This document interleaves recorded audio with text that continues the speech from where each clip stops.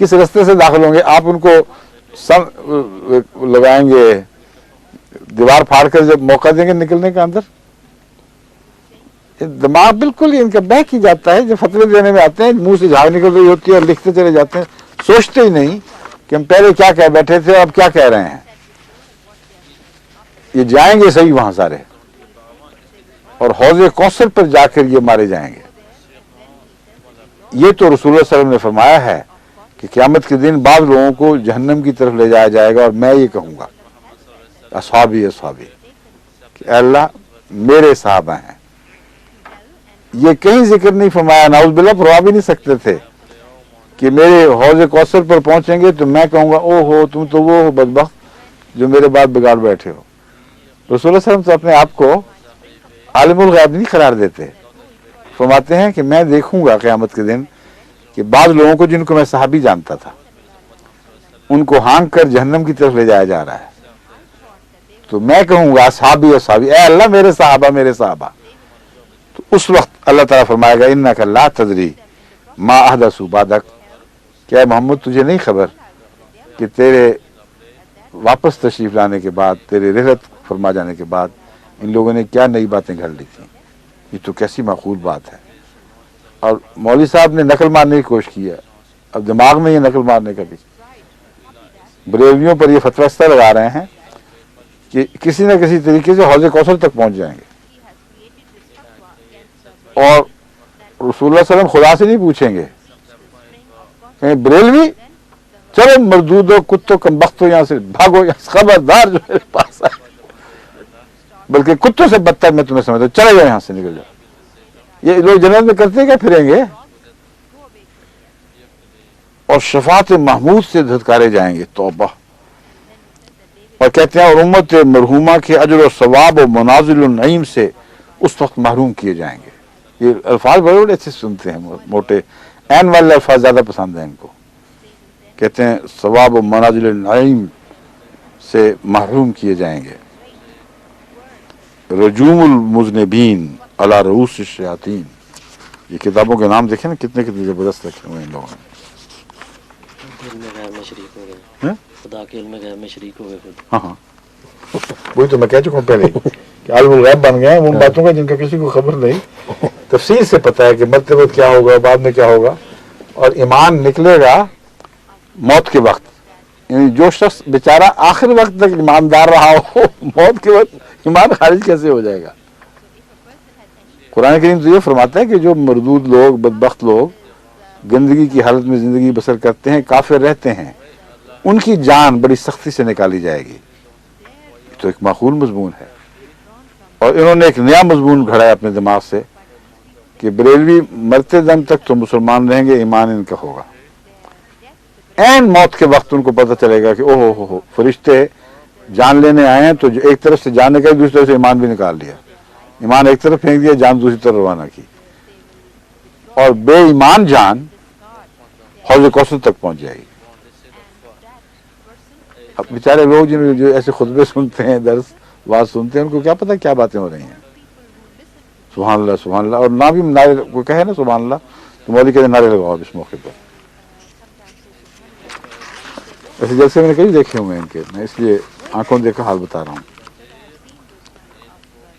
اب مولوی رشید احمد صاحب گنگوہی کتاب ہدایت الشیعہ مطبوعہ 1957 حقانیہ گارڈن روڈ کراچی میں لکھتے ہیں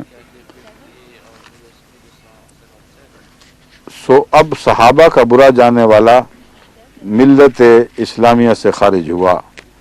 ہم نے جو بات بحث کر لی ہے تو اب صحابہ کو برا جاننے والا ملت اسلامیہ سے خارج ہوا. شیعہ تو اپنے رسول کے مطابق کافر ہو جائیں گے. اب بتائیں یہ ان سب باتوں پر یہ مولوی صاحب وہ فتویٰ کیوں نہیں کہتے کہ گویا